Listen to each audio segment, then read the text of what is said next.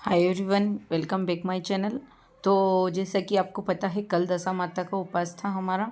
तो हमने दशा माता की पूजा की और हर सुहागन स्त्रियों को दशा माता की पूजा करना चाहिए। उससे हमारे घर में बरकत बनी रहती है और हमारे घर में सुख शांति और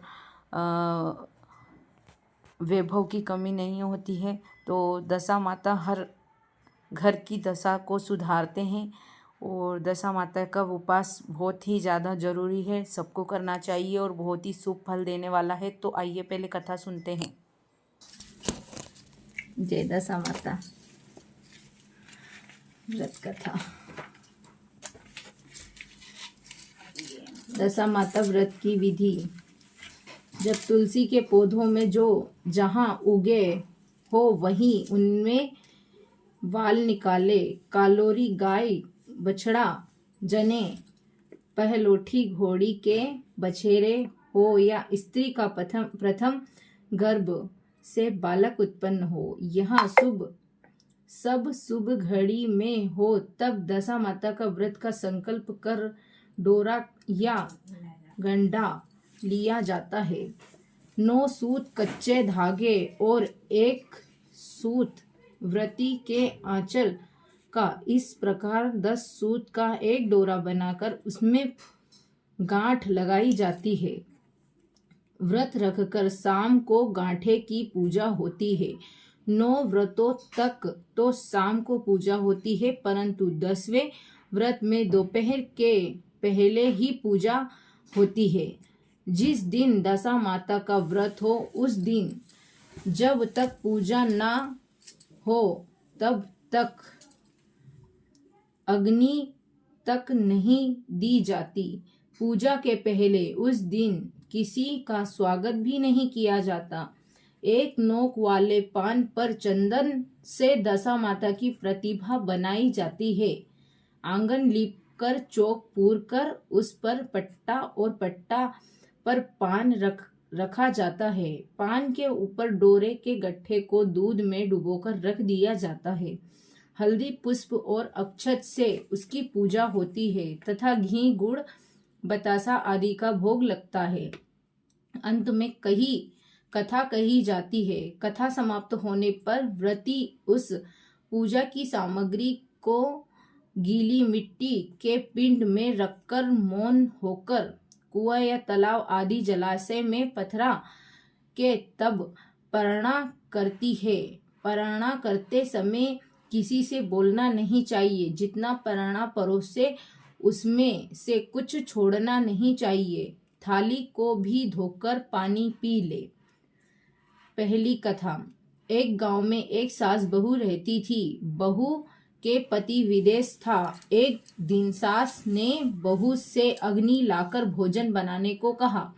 बहू गांव में अग्नि लेने गई, पर किसी ने उसे अग्नि नहीं दी और कहा कि जब तक दशा माता की पूजा नहीं हो जाती अग्नि नहीं मिलेगी।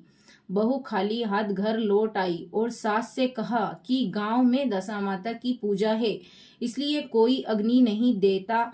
शाम को सास अग्नि लेने गांव में गई। तब स्त्रियों ने उनसे कहा कि सवेरे बहू आई थी, परंतु हमारे यहाँ दशा माता की पूजा नहीं हुई थी, इसी कारण हमने अग्नि नहीं दे सकी। सास अग्नि लेकर घर के दरवाजे तक पहुंची ही थी कि एक व्यक्ति बछड़ा लिए आया और उसके पीछे ब्याई कालोरी गाय थी। सास ने उससे पूछा कि यहाँ गाय क्या पहलोठी ब्याई है? आदमी ने कहा बछड़ा है। सास ने बहू से कहा तुम भी गट्ठे ले लें और व्रत करें। दोनों ने गट्ठे की पूजा की। सास बहू ने 10-10 अर्थात 20 फर्रे बनाए। 21वां एक बड़ा फर्रा गाय को दिया। पूजन करने के बाद सास बहू दोनों पराना करने बैठी। उसी समय बुढ़िया का लड़का विदेश से वापस आया और उसने दरवाजे पर आवाज लगाई। सुनकर माँ ने मन में कहा कि मैं परणा कर चुकी हूँ, तब किवाड़ खोल दूंगी। परंतु बहू अपनी थाली का अन्न इधर उधर करके झट पानी पीकर उठ खड़ी हुई और जाकर किवाड़ खोले। पति ने पूछा, माता कहाँ है? स्त्री ने कहा कि वह तो अभी तक परायणा कर रही है। पति बोला, मैं 12 वर्ष के बाद आया हूँ। इतने दिनों तक मैं ना जाने तू कैसे रही, अतः मैं तेरे हाथ से ही जल नहीं पीऊंगा। माता लाएगी तभी जल पीऊंगी। माता परायणा कर अपनी थाली धोकर पी चुकी, तब लड़के के पास गई। माता ने थाली परोसी, बेटा भोजन करने बैठा। हाथ में प्रथम ग्रास लिया कि फरों के टुकड़े जो बहू ने थाली से फेंक दिए थे उछलकर उसके सामने आने लगे। उसने माँ से पूछा, यह क्या है? माँ बोली, बहू जाने। यह सुनते ही लड़का आग बबूला हो गया और जिसके चरित्र की तुम साक्षी नहीं हो उसको अभी बाहर करो। माता ने पुत्र को हर तरह से समझाया, परंतु उसने एक भी नहीं मानी। वह यही कहता रहा कि उसे निकालो, मैं तभी घर में रहूंगा। माँ ने सोचा, बहू को थोड़ी देर के लिए बाहर कर देती हूँ, इतने में लड़के का गुस्सा शांत पड़ जाएगा। उसके बाद बहू से कहा, देहरी से बाहर जाकर उसारे के नीचे खड़ी रह। जब बहू खड़ी हुई तो उसारा बोला, दशा माता के विरोधी को मैं छाया नहीं दे सकता। तब वहां से हटकर गिरोची के पास गई तो गिरोची बोली, मुझसे हटकर खड़ी हो जाओ। वह वहां से कचरे के पास जा खड़ी हुई। तब कचरा भी बोला, इतना भार कूड़े का नहीं जितना तेरा है, चल हट कर खड़ी हो। इस तरह वहां जाती रही, वहीं से हटाई जाती। वह अत्यंत दुखी होकर जंगल को भाग गई। जंगल में भूखी प्यासी फिरती फिरती एक अंधकूप में गिर पड़ी, पर उसे चोट न आई। वह नीचे जाकर बैठ गई। उसी समय राजा नल शिकार खेलते खेलते वहां पहुंचे। उनके साथ के सब लोग बिछुड़ गए थे। वे प्यास के मारे भटकते हुए उसी कुएं के पास आए जिसमें बहू गिरी हुई थी। राजा नल के भाई ने कुएं से लोटा डाला तो बहू ने उस लोटे को पकड़ लिया। तब भाई ने राजा से कहा कि इस कुएं में तो किसी ने लोटा पकड़ रखा है। तब राजा ने कुएं के पास जाकर कहा, भाई तू यदि पुरुष है तो मेरा धर्म का भाई है, और यदि स्त्री है तो मेरी धर्म की बहन है। तुम जो भी हो बोलो। स्त्री ने आवाज दी। राजा ने उसे कुएं से बाहर निकलवा लिया और हाथी पर बिठाकर अपनी राजधानी में ले गए। महारानी जी को महलों की ओर आते देख दासियों ने महारानी जी को खबर दी कि महाराज जी आ रहे और साथ में एक रानी भी लेकर आ रहे हैं। रानी बड़ी दुखी हुई। जब महाराज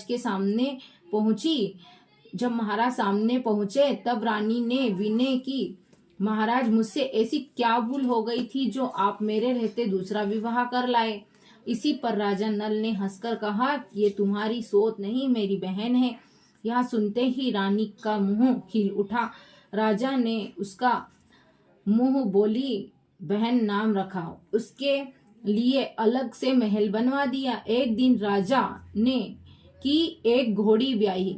तब मुंह बोली बहन ने अपनी दासियों से पूछा कि घोड़ी पहलोठी ब्याही है या दूसरी तीसरी बार। उन्होंने जवाब दिया, ब्याही तो पहली ही है। तब उसने रानी से कहा, आओ भावज, हम दोनों दशा माता के डोरे ले। रानी ने पूछा, किसके डोरे और कैसे डोरे, सो मुझे समझाओ। तब वह बोली, दशा माता के प्रथम व्रत के नियम है कि पहले पहल जब गाय या घोड़ी या स्त्री का प्रसव सुने तो डोरा लेकर व्रत आरंभ करे। 9 व्रत करने के बाद 10वें दिन उस डोरे का पूजन करके विसर्जन करे। इसी के साथ उसने उसको पाराने के नियम बताए। तब रानी बोली, ननद यह कैसा व्रत है?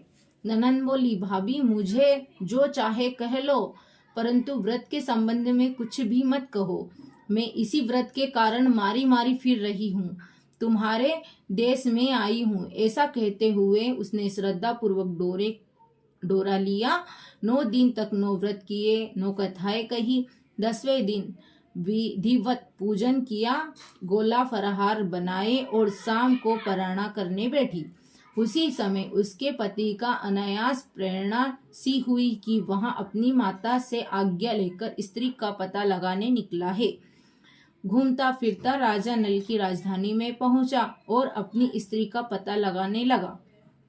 एक दिन एक कुएं पर उसने कुछ औरतों को बातें करता सुना कि एक बोली, राजा हाल ही में एक मुंह बोली बहन लाए हैं। दूसरी बोली, वह जैसी सुंदर है वैसी तो धर्मात्मा भी है, जो उसके दरवाजे पर जाता है सादर इच्छा भर भिक्षा पाता है। तीसरी बोली, यहाँ सब तो ठीक है, परंतु अब तक पता न चला कि वह कौन है।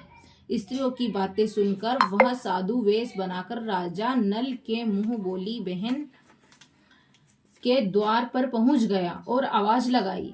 जो प्रबंधक करता उसे भिक्षा देने लगे। उसने भिक्षा लेने से इनकार कर दिया और कहा, जब भिक्षा देने वाली खुद आकर भिक्षा देगी तभी लूंगा। तब लोगों ने उनसे कहा, इस समय वह दशा माता का व्रत करके पराणा कर रही है, तब तक ठहरो। वह चुपचाप बैठा रहा। पराणा कर लेने के बाद वह मुट्ठी भर मोती भरकर लाई, परंतु पति को पहचान कर मुस्कुराती हुई लौट गई। दोनों ने एक दूसरे को पहचान लिया।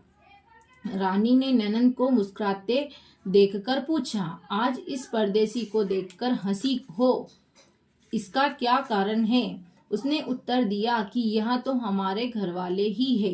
रानी ने राजा से कहा, तुम्हारी मुंह बोली बहन के घर वाले आए हैं। राजा ने कहा, उनसे यह कह दिया जाए कि घर के बाहर वहां से अपनी हैसियत से आए, तब ही मैं अपनी बहन की विदाई करूंगा। वह वापस चला गया। उसने माता से कहा, तुम्हारी बहू राजा नल के यहाँ उसकी बहन होकर रहती है, नियम धर्म से दिन बिताती है और माता की आज्ञा दी कि तुम उसे ले आओ।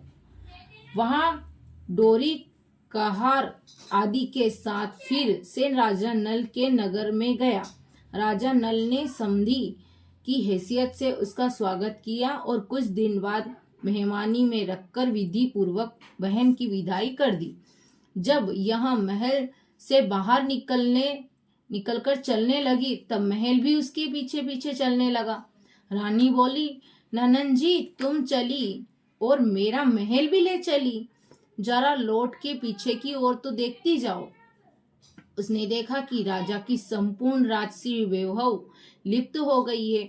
वह स्त्री तो अपने पति के साथ जाकर आनंद से रहने लगी, परंतु राजा नल के यहाँ हाल हो गया कि वे दोनों कमली कंठरी ओढ़े फिरने लगे। तब राजा नल बोले, रानी, जहाँ राज किया वहाँ इस दशा में नहीं रहा जाता है, इसलिए यहाँ से जाना ही उचित है। रानी पतिव्रता थी। राजा रानी दोनों महल से निकलकर चल दिए। चलते चलते एक गांव के पास पहुंचे। वहां बेर के वृक्षों में अच्छे अच्छे बेर लगे हुए थे। राजा रानी दोनों भूखे थे। वे बेर बीनने लगे, परंतु बेर लोहे के होते जाते। इसी तरह से राजा और रानी जो भी वस्तु को हाथ लगाते या छूते वही कंकर पत्थर इत्यादि में बदल जाता। राजा रानी आगे बढ़े। रात में उन्होंने एक बगिया मिली। उसने राजा नल को पहचान कर रानी को आटा दिया। वे आटा लेकर नदी के किनारे गए। वही रानी भोजन बनाने लगी और राजा स्नान करने लगा। वहीं मछुआरों ने राजा को 4 मछलियां भेंट की। रानी ने रोटियां सेककर और मछलियां भूनकर रख ली। जब राजा आए और भोजन करने बैठे, तब रोटियां ईंट की हो गई और मछलियां नदी में कूद गई। राजा रानी वहां से चलकर अपनी मुंह बोली बहन के यहाँ गए। बहन ने सुना कि उसके भाई भौजाई आए हैं। उन्होंने पूछा कि ये कैसे आए हैं, तो सुना कि लटके चिथड़े में आए हैं। और कैसे आए हैं यहाँ सुनकर तो उसे बड़ी लज्जा आई। उसने एक कुम्हार के यहाँ ठहरा दिया। सगी बहन ने शाम को थाल सजाकर बहन खुद भावज से मिलने आ गई। उसके सामने थाल में रखा तो भावज ने कहा कि इस थाल में जो भी कुछ है कुम्हार के चक्के के नीचे रख दो और चली जाओ। वहां थाल का सामान चक्के के नीचे रखकर चली गई। थोड़ी देर में राजा ने रानी से पूछा, बहन आई थी? रानी ने कहा, आई तो थी, पर जो कुछ लाई है मैंने इसी चक्के के नीचे रखवा दिया है। राजा ने देखा तो कंकड़ पत्थर के सिवा कुछ और नहीं था। राजा समझ गए कि यहाँ सब कुछ कुदशा है। वे चलकर मित्र के घर गए। मित्रों ने सुना कि उसके मित्र नल आए हैं तो उसने पूछा, कैसे आए हैं? लोगों ने कहा, कमरी ओढ़े, कथरी बिछवाए, मांग मांग कर खाना खावे, ऐसे आए हैं। मित्र ने दुखी होकर कहा, कोई हानि नहीं, जैसे हैं आए हैं वैसे ही, आखिर है तो मित्र, उनको महलों में ले आओ। मित्र ने बड़े आदर भाव से उसका स्वागत किया, भोजन कराया और एक कमरे में उनके सोने के लिए पलंग बिछवा दिया। उसी कमरे में खूंटी पर एक 9 लखा हार टंगा हुआ था। आधी रात के समय राजा सो गए थे।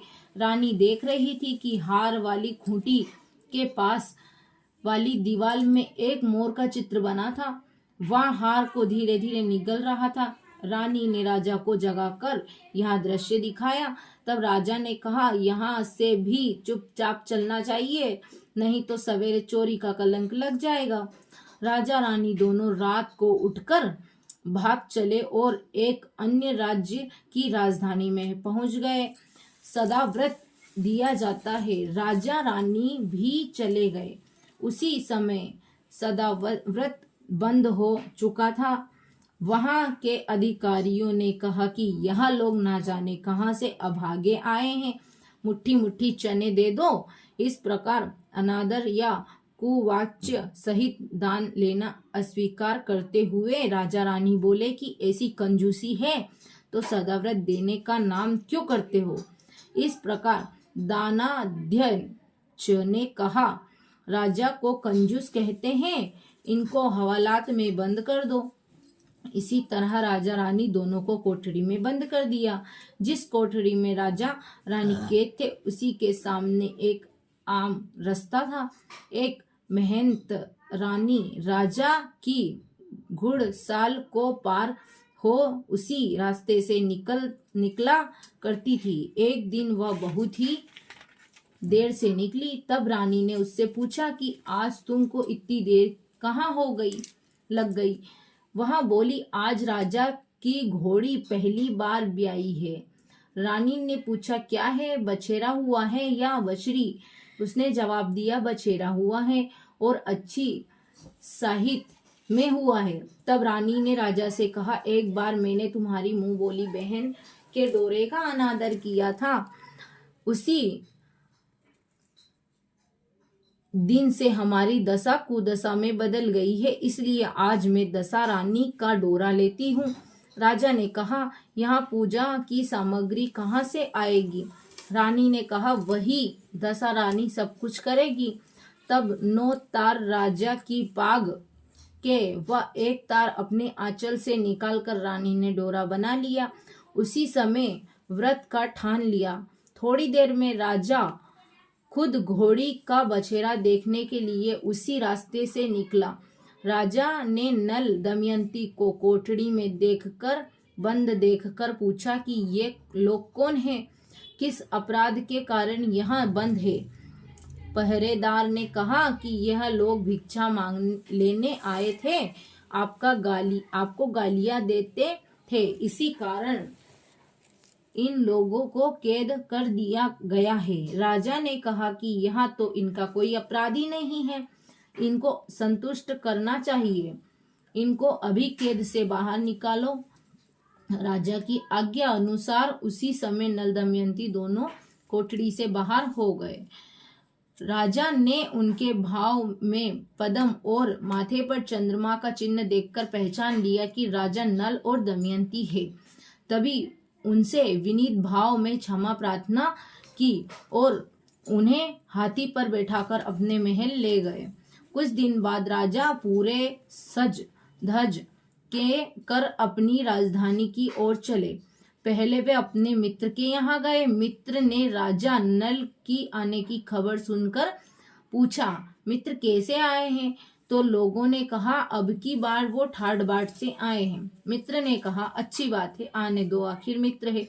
राजा रानी दोनों महल में गए। उन्होंने उनका स्वागत करके उसी स्थान पर उन्हें फिर से डेरा दिया जहां पहले ठहरे थे। आधी रात के समय राजा सो गए। रानी पैर दबा रही थी।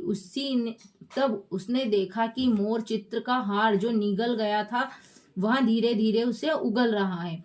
रानी ने राजा को जगाकर दिखाया। राजा ने भी अपने मित्र को बुलाकर वह चित्र दिखाया।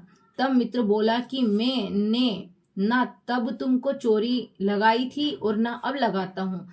यह सब कुदशा के कारण है। आप निश्चय रखिए, मेरे मन में कोई मेल नहीं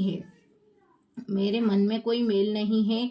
मित्र के यहाँ से चलकर राजा मुंहमोली बहन के यहाँ गए। उसने जब सुना कि राजा भैया आए हैं तब कैसे आए हैं, लोगों ने कहा जैसे राजाओं को आना चाहिए वैसे ही आए हैं।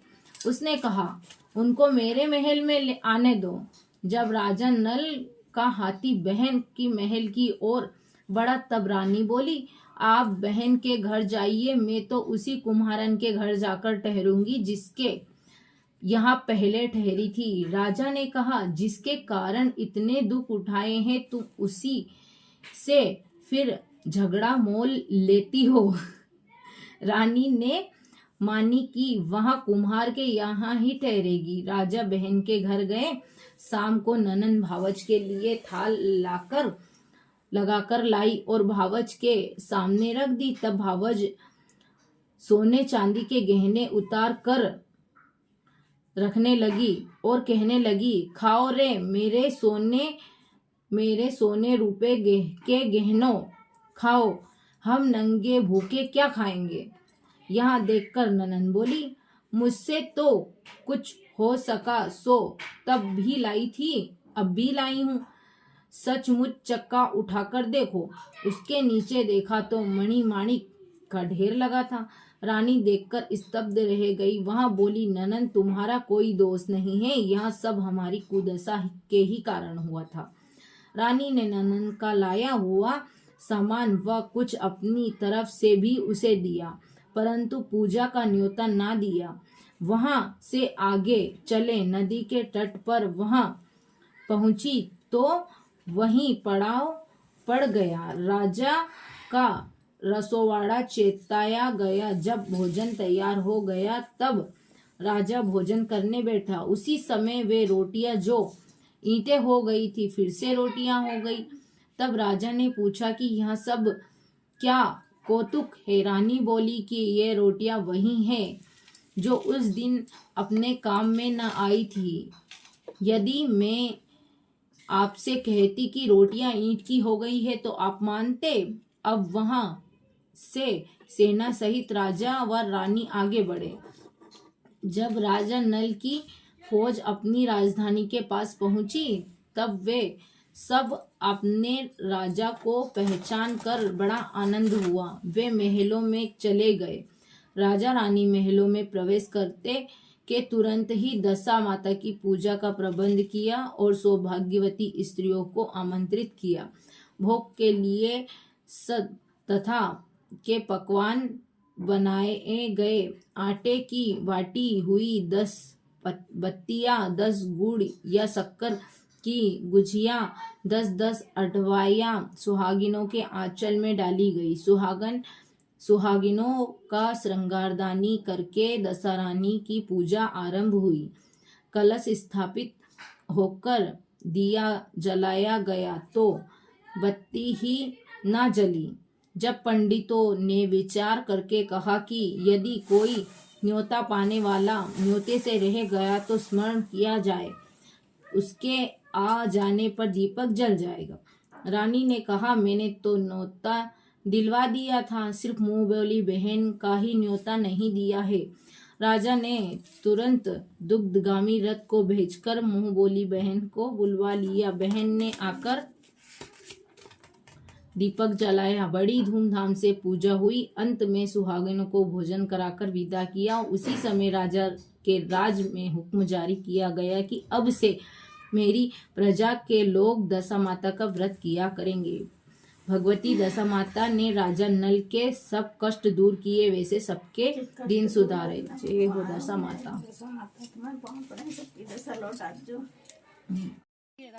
आपको दशा माता की कथा कैसी लगी कमेंट करके ज़रूर बताएं, और भूल चूक हो गई हो तो माफ़ कर दीजिएगा। हमारी पूजा संपन्न हो चुकी है। अब हम पीपल के वृक्ष के परिक्रमा करेंगे। तो हमें 10 परिक्रमा करनी है, इसलिए हम अब हमारा डोरा एक जगह कहीं पे भी बांध देंगे, और उसके बाद में हम इसमें राउंड 10 आटे लगाएंगे। और इसके पहले हमने पूजा कर ली है, तो पूजा की विधि इतनी ज़्यादा कठिन नहीं है। आप जो पुराना डोरा पहन के गए हो, आपको घर से ही पहन के जाना है पुराना वाला डोरा, और वहाँ जाके आपको एक सुपारी और सिक्के के साथ में पुराना डोरा मिट्टी में दबा देना है। एकदम चुपचाप बोलना भी नहीं है। उसके बाद में आपको हल्दी, कुमकुम और मेहंदी और जो माता जी का श्रृंगार आया है दशा माता की पूजा में, वो चढ़ाना है। और आपको नारियल की पूजा करके नारियल भी चढ़ाना है, और वहाँ पे आपको एक स्वास्तिक बना के उसकी भी पूजा करनी है। और इसके बाद में आपको आपके हाथ में हल्दी का घोल बना के और 10 छापे मारने हैं पेड़ के तने पे, और उन पे फिर बिंदिया लगा देना है। और ये पेड़ गाइस ऐसा है कि इस पे दिख ही नहीं रहे थे छापे, तो हमने वैसा वीडियो बनाया नहीं, लेकिन मैं आपको जैसे बता रही हूँ आप वैसे करोगे तो आप भी कर पाओगे। और दशा माता का उपास करने से हमारे घर की जो किसी की कुदृष्टि रहती है, या हमारे घर की दशा खराब रहती है, हमारी स्थिति खराब रहती है, बीमार दुखी रहते हैं, या फिर हमारे घर में धन संपदा वैभव की कमी रहती है, तो हम दशा माता का उपास करेंगे ना, तो हम सुख समृद्धि वैभव धन धान्य और पुत्र पौत्र से संपन्न हो सकते हैं। और यह बहुत ही अच्छा और बहुत ही लाभ देने वाला उपास है, तो आप ज़रूर करिए। और जैसे कि हमारी ये परिक्रमा 9-10 परिक्रमा हमें करनी है। उसके बाद हम घर पे आके भी पूजा करेंगे। जैसे ही घर आएंगे वैसे ही हमारे दरवाजे जो मेन डोर होता है ना गाइस, दरवाज़ा, वहाँ पे दोनों तरफ हमें 5-5 हाथ के छापे बनाने हैं। और जो हमारी उंगलियाँ रहती है ना, वहाँ पे कंकु की लगानी है और हल्दी के छापे बनाने हैं। पहले हल्दी दोनों हाथ में जैसे पेड़ पे बनाए हैं ना, वैसे ही बनाने हैं, दोनों हाथ हल्दी के करके, और हाथों को आपस में मसल के, और दीवालों पे 5 एक साइड में लगाना है, 5 एक साइड में लगाना है, और बीच में स्वास्तिक बना के पूजा करनी है। और बचा हुआ जल तुलसी में अर्पण करना है। तो ये हमारी पूजा हो चुकी थी। तो अब हमने हमारे जहाँ हम गए थे शिव मंदिर में पूजा करने, वहीं बाहर ये वट वृक्ष और पीपल का पेड़ है, तो हमने वहाँ पूजा कर दी थी। और अभी हमारी बारी है सोना निकालने की। तो गाइस मुझे तो बहुत सारा सोना निकालना था, पर एक ही बार निकालना था, वो भी उल्टे हाथ की चीटी उंगली से, क्योंकि वैसे ही निकालना होता है, बहुत ज़्यादा नहीं निकाल सकते हो आप तो, और बहुत ज़्यादा भी निकाल सकते हो, पर चीटी उंगली की उल्टे हाथ की चीटी उंगली से निकालना है, तो आप कितना भी एक ही बार में निकाल सकते हो। ये सोना बहुत महत्वपूर्ण होता है। हाँ, सोना ये नहीं होता है जो आप सोने की बात कर रहे हो, गले में पहनने वाला या कान में पहनने वाला सोना नहीं है। जो पीपल की छाल रहती है ना, उसको सोना बोलते हैं। तो मेरा आप देख सकते हो मैंने कितना सोना निकाला है। अब सोनी भाभी की बारी है, तो वो भी सोना निकाल रहे हैं। अरे यार, उनका सोना गिर गया है, फिर उन्होंने डबल से निकाला है, तो ये उन्होंने भी सोना निकाल लिया है। और इसको आप घर जाके एक कपड़े में बांध के, और आपकी जो धन, मतलब आप जहाँ पे गेहूँ अनाज जहाँ रखते हो आप धान, वहाँ पे आप इसको उसमें रख सकते हो बांध के, क्योंकि इससे बहुत ही बरकत मिलती है गाइस। तो ये आप ज़रूर करना, और हम लोग हर साल करते हैं। तो ये हमने, और डोरा भी जो नया डोरा है ना, या तो आप रेडीमेड लेके आ सकते हो, या फिर आप खुद बना सकते हो। तो हमने रेडीमेड लाया था इस बार, पहली बार रेडीमेड लेके आए थे। और अगर आपको खुद को बनाना है तो आप अच्छा लंबा सा बनाएं, और उसमें 10 डोरे ही रखना है पूरे टोटल, और गठाने भी 10 लगानी है। उसके बाद में हमारी हो गई है, और ये हमने वहाँ की पूजा हो गई है, तो हम मंदिर में भी आ गए हैं। तो ये हमारी कॉलोनी का शिव मंदिर है, तो हम शिव मंदिर में दर्शन करने आ गए हैं। तो हमने सोचा मंदिर में आके दर्शन भी कर लेते हैं, तो ये हमारे मंदिर का ओवरव्यू है, आप देख सकते हैं।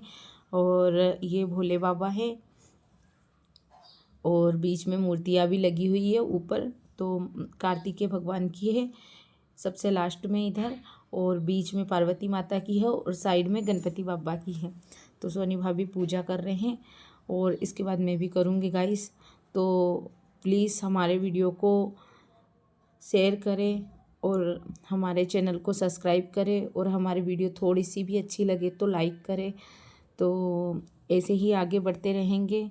और गाइस अगर किसी को भी कोई भी हमारी हेल्प कर सकता है तो हमें प्लीज़ बताएं कि मैंने गुरुजी के वीडियो डाले थे, प्रदीप मिश्रा जी के, तो मैंने क्या गलत किया था क्या? कथा के वीडियो ही तो डाले थे, भक्ति के वीडियो ही तो डाले थे।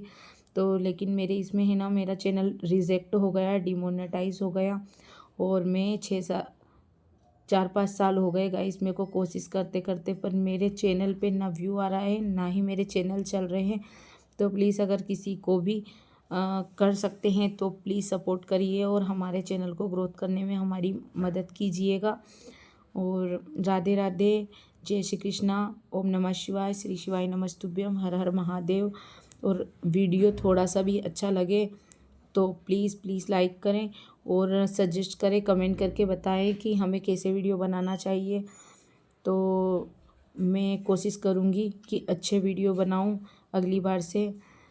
तो धन्यवाद, बने रहिए वीडियो पे, और आप भोले बाबा के दर्शन कर सकते हो। और हमको तो बहुत ही आनंद आया, आज बहुत खुशी मिली।